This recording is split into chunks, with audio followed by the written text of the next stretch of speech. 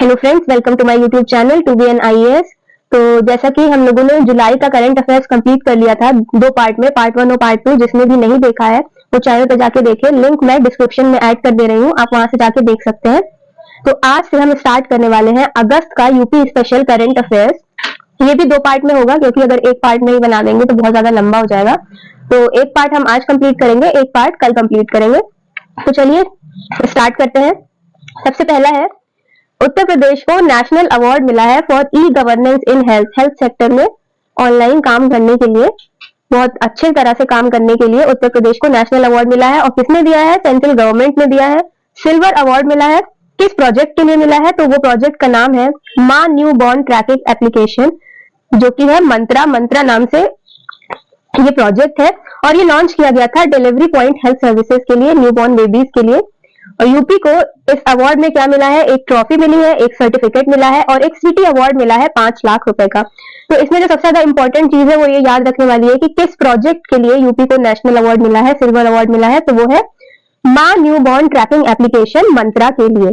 तो आगे बढ़ते हुए, यूपी स्टेट टीचर अवार्ड। तो यूपी स्टेट टीचर अवार्ड किसे मिला है? वर्षा चाहर को मिला है।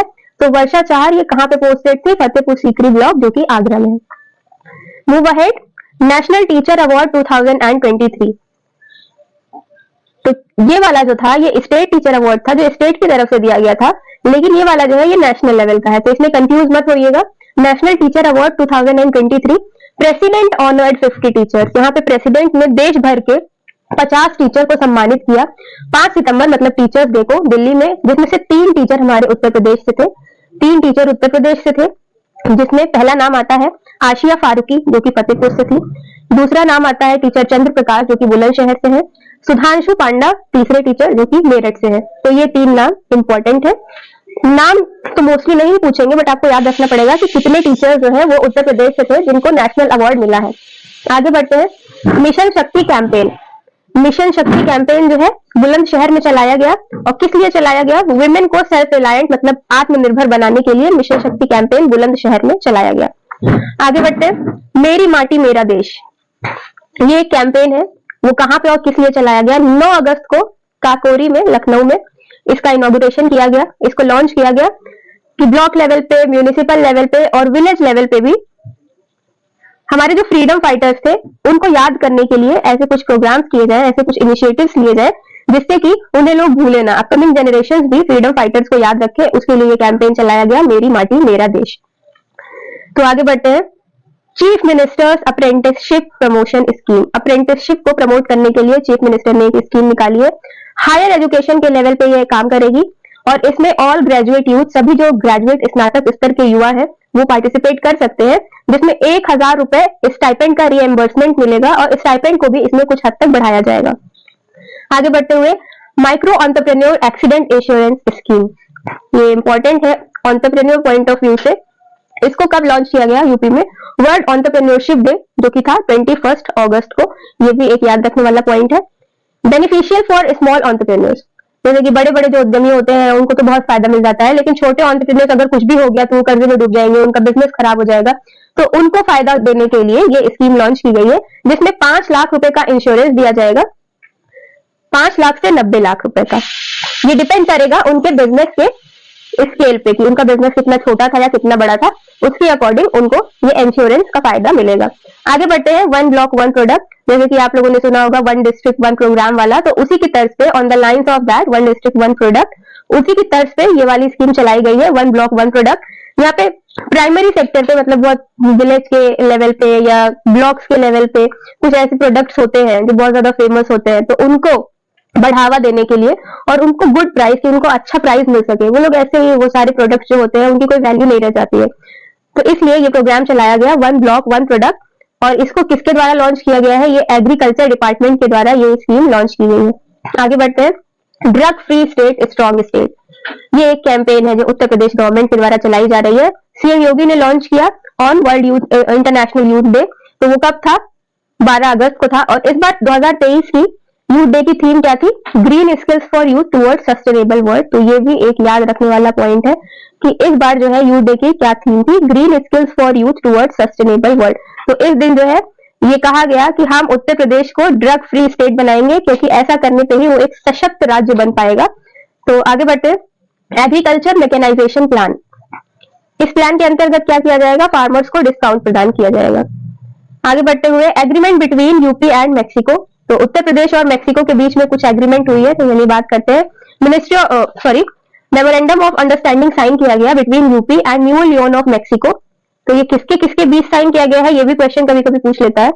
तो न्यू लियोन ऑफ मैक्सिको से इन्वेस्टमेंट आएगा, और ऐसा कहने में आता है कि यूपी जो है इस समय बेस्ट इन्वेस्टमेंट डेस्टिनेशन बन गया है पूरे विश्व में।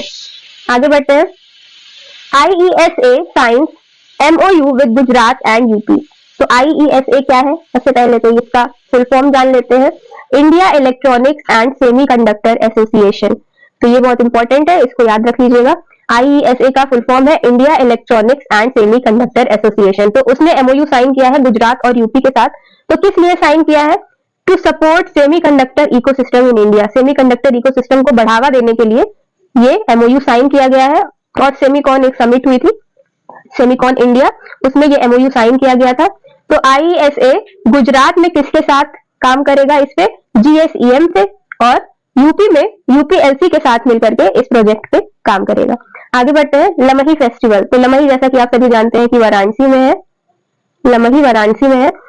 143rd birth anniversary of Munshi Premchand. Munshi Premchand की 143वीं जयंती पे ये फेस्टिवल इनॉग्रेट किया गया, जिसमें दीपांजलि प्रोग्राम चलाया गया।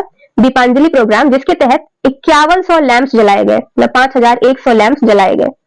आगे बढ़ते हैं, Y20 समिट, जैसे कि G20 की प्रेसिडेंसी इंडिया के पास थी, तो उसी के अंतर्गत Y20 मतलब यूथ 20 समिट हुई। Department of youth affairs, ministry of youth affairs and sports, government of India के द्वारा वाराणसी में हुई 17 से 20 अगस्त के बीच में, और इसका इनॉग्रेशन 18 अगस्त को CM के द्वारा किया गया। आगे बढ़ते हुए, यूपी इंटरनेशनल ट्रेड शो। तो यूपी इंटरनेशनल ट्रेड शो ये सितंबर 21 से 25 2023 तक चलाया गया, और इसमें India Expo centre and mart Greater Noida में ये चलाया गया ट्रेड शो। आगे बढ़ते हैं, G20 कल्चर मिनिस्टर्स मीटिंग। तो ये कहाँ हुई, कल्चर मिनिस्टर्स की मीटिंग कहाँ हुई G20 की, ये भी वाराणसी में ही हुई, और किसके द्वारा, ministry of culture, G20 culture working group. आगे बढ़ते हैं, चाइल्ड ट्रैफिकिंग इन इंडिया। तो चाइल्ड ट्रैफिकिंग इन इंडिया, ये एक रिपोर्ट जारी की गई है सार फाउंडेशन के द्वारा। तो सार फाउंडेशन ने एक रिपोर्ट जारी की चाइल्ड ट्रैफिकिंग इन इंडिया के बारे में, जिसमें यूपी, बिहार और आंध्र प्रदेश टॉप 3 स्टेट्स हैं जहां पर चाइल्ड ट्रैफिकिंग सबसे ज्यादा हुई है बिटवीन 2016 से 2022। 2016 से लेकर के 2022 के बीच में सबसे ज्यादा चाइल्ड ट्रैफिकिंग जो तस्करी हुई है बच्चों की, वो सबसे पहले नंबर पे है उत्तर प्रदेश, दूसरे नंबर पे है बिहार, और तीसरे नंबर पे है आंध्र प्रदेश। तो रिपोर्ट को जो है कंपाइल किया गया गेम्स 24x7 और कैलाश सत्यार्थी फाउंडेशन के द्वारा। जयपुर जो है वो सिटी के अंदर हॉट स्पॉट है चाइल्ड ट्रैफिकिंग का, बहुत ही चिंता वाली बात है ये। आगे बढ़ते हैं, मुख्यमंत्री command centre and CM dashboard. CM inaugurated at Shri Lal Bahadur Shastri Bhawan. तो CM ने इनॉग्रेट किया इसे लाल बहादुर शास्त्री भवन में, लखनऊ में 30 जुलाई को।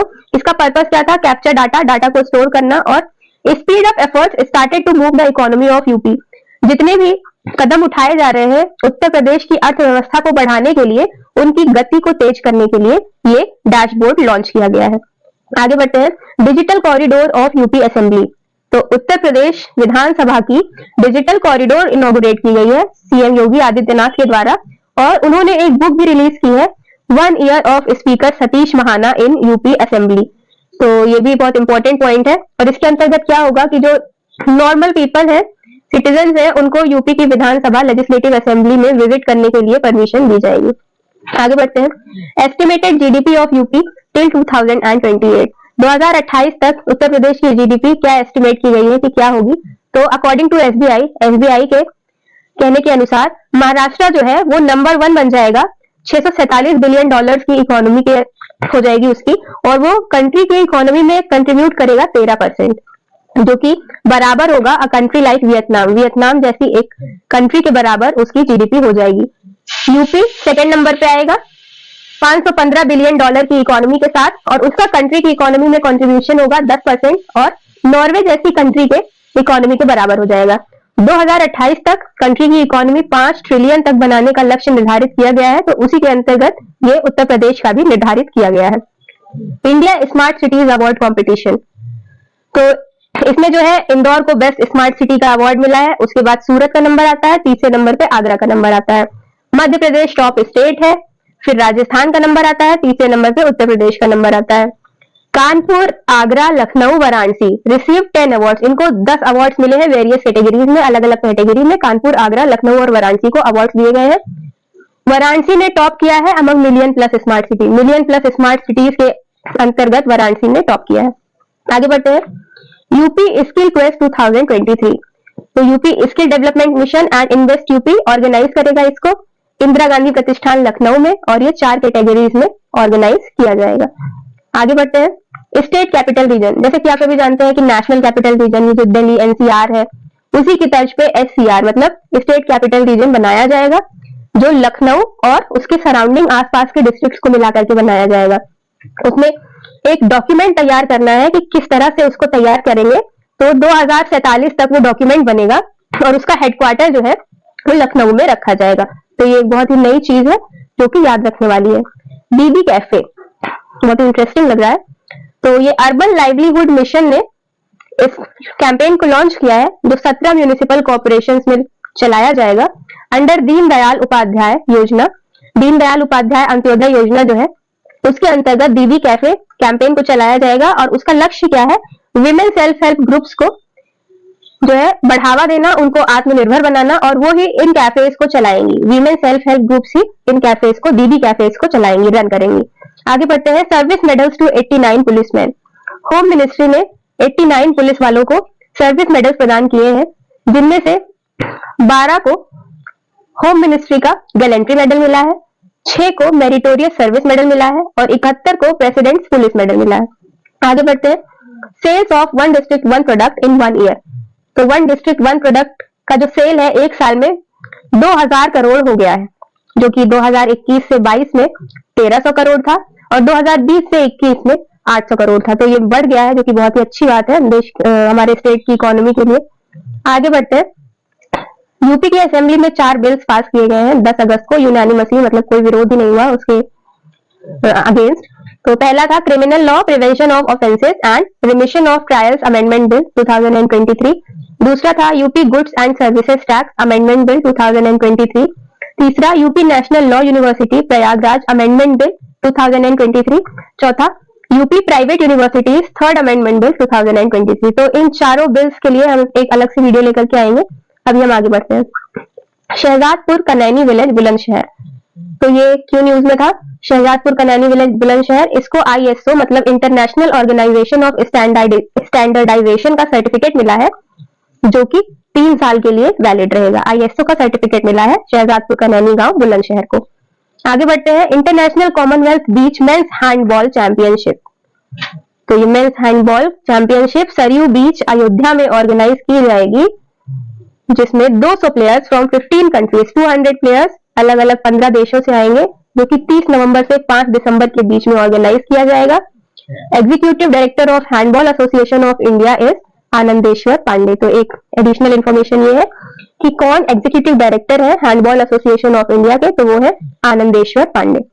आगे बढ़ते हैं, new Noida between GB Nagar मतलब गौतम बुद्ध नगर और बुलंदशहर के बीच में न्यू नोएडा की एस्टेब्लिशमेंट होगी, जो कि दिल्ली मुंबई इंडस्ट्रियल कॉरिडोर एक बनाया जा रहा है, तो उसी के साथ उसी की लाइंस में इसको न्यू नोएडा को भी सेटअप किया जाएगा। हम थोड़ा सा जान लेते हैं दिल्ली मुंबई इंडस्ट्रियल कॉरिडोर के बारे में। तो ये जॉइंटली इंडिया और जापान मिल करके इस पे काम कर रहे हैं, जिसमें 7 स्टेट्स आएंगे, दिल्ली, यूपी, हरियाणा, राजस्थान, गुजरात, महाराष्ट्र और मध्य प्रदेश का इंदौर इसमें शामिल है। तो अब बात करते हैं ये न्यू नोएडा की। तो गौतम बुद्ध नगर के 80 विलेजेस जो है वो नोएडा डेवलपमेंट अथॉरिटी जो है इसमें ऐड करेगी।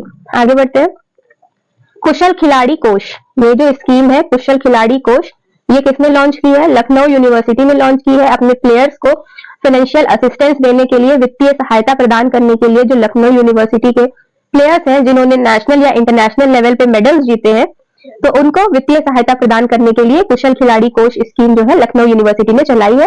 इसके लिए एक कमेटी बनाई जाएगी और वो कमेटी की चेयरमैनशिप करेंगे president of Lucknow university athletics association. तो अगर आपको ये वीडियो अच्छी लगी हो तो प्लीज इसको शेयर करिएगा, लाइक करिएगा और हमारे चैनल को सब्सक्राइब करिएगा। हम जल्दी ही इसका सेकंड पार्ट लेकर के आपके सामने आएंगे। तो please subscribe the channel and thank you for watching.